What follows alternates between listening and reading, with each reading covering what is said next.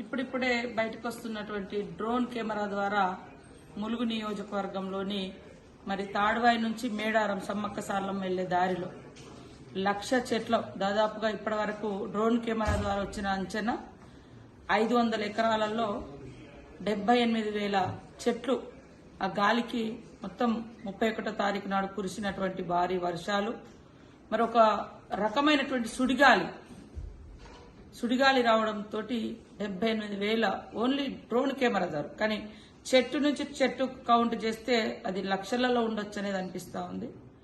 దీన్ని మరి టొరండో అంటే ఒక రకమైనటువంటి సుడిగాలి వీచి ఇన్ని 100 ఎకరాల్లో చెట్లు మొత్తం కూడా నష్టపోవడం జరిగింది.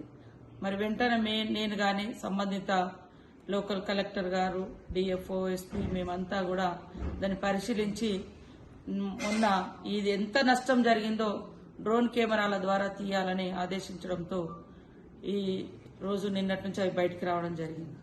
ఈ రోజు పీసీసీఎఫ్ గారు కూడా మరి ములుగు ప్రాంతాన్ని ఏదైతే తాడ్వాయి టు మేడారం మధ్య అటు తాడ్వాయి, ఇటు మేడారము, అటు షాపెల్లి, ఇటు కొండపర్తి ఈ మధ్యలో ఉన్నటువంటి 500 ఎకరాలలో ఈ డ్యామేజ్ జరిగింది.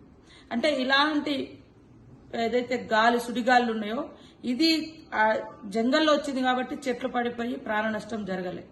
అయినా ఆ రోజు రాత్రి ఆ రోడ్ల మీద ఉన్నట్టు ఇటు ఒక దిక్కు నేషనల్ హైవే ఎటు నాగరం నుంచి హన్మకొండ, మరి తాడువాయి నుంచి మేడారం మధ్య ఉన్నటువంటి చెట్లను కూడా స్థానికంగా ఉన్నటువంటి పోలీస్ అధికారులు, ఎస్ఐలు, సిఐలు, డిఎస్పీ, ఏఎస్పీలు, ఎస్పీ వీరందరూ కూడా ప్రత్యేక చొరవ తీసుకొని డే అండ్ నైట్ కష్టపడి రోడ్ను క్లియర్ చేశారు.